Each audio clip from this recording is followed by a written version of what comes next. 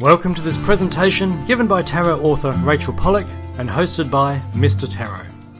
This talk was given in Adelaide in 2008 when Rachel was in South Australia for a series of workshops. Settle back now and enjoy some words of wisdom from Rachel Pollack. The Shining Tribe deck is a deck that I made. I drew all the pictures. It was first Shining Woman, then I changed it to Shining Tribe when there was a second edition of it. And part of the idea of it is I created a sort of myth of the tarot's origin, which is that there were spirit beings, which would be based on the constellations, presumably, and the planets, and they were the Shining Tribe, the tribe of spiritual beings. And to communicate their understanding and to connect to human beings, they created the tarot cards and gave them to human diviners. And so the human diviners are also the Shining Tribe. So anybody that does divination is a member of the Shining Tribe of diviners. And whatever cards you use, or dice, or runes, anything else, any other technique that you use, you're connecting to the spirits who gave divination to humanity. So the first card I come up with here is a card called the Knower of Trees, which is similar to the Knight of Wands. And the picture shows the woman with her arms outstretched. They reach out beyond the picture. Her arms are too big to be contained in the picture. And she has, sort of in front of her, is a tree or a plant with a flower on the top.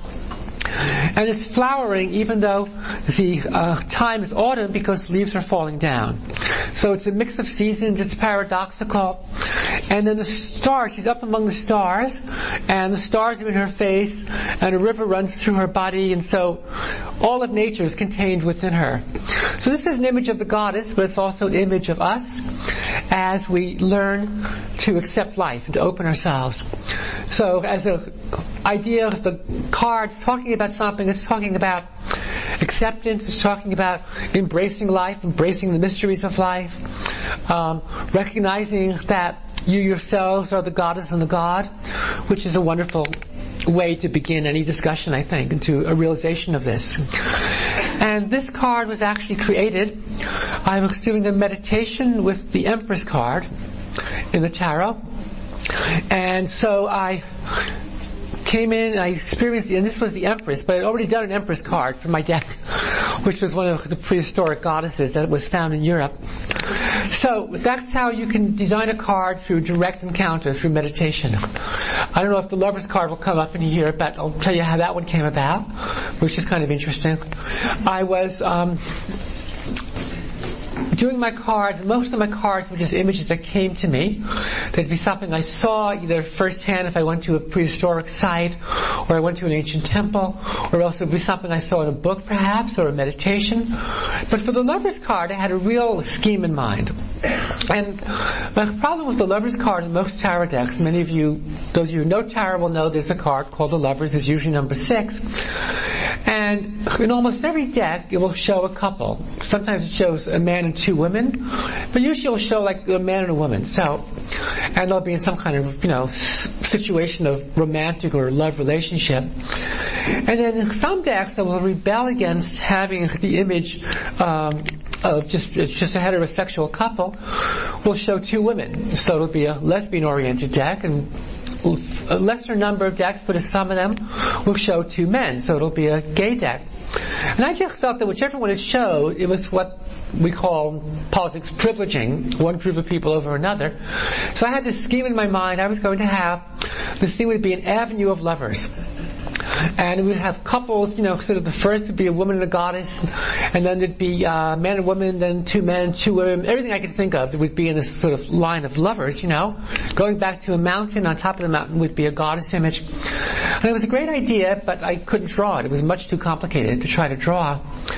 And then I went to a meditation with the Lover's card, and I went into that one. The Lover's card in this deck called the Rider-Waite deck. Rider-Waite-Smith. Smith is the person who drew the pictures.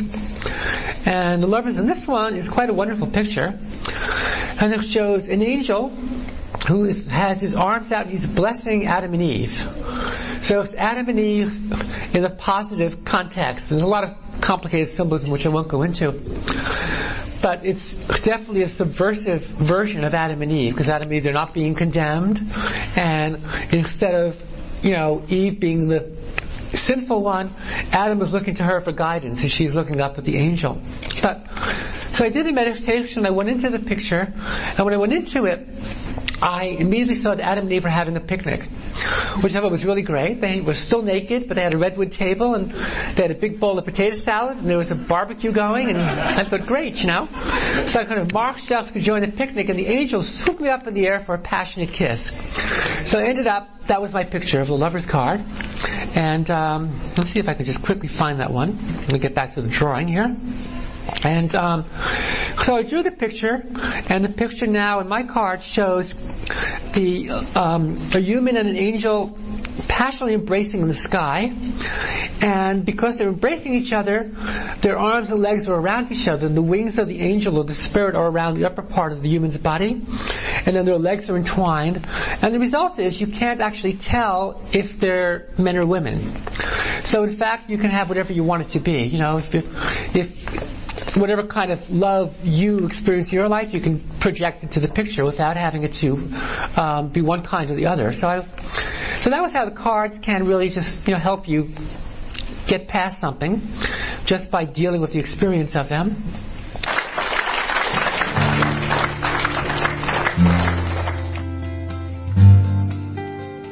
This recording was brought to you by Mr. Tarot and Rachel Pollack. At MrTarot.com, you can read reviews of Rachel's books, and you'll have all the latest news from the world of tarot.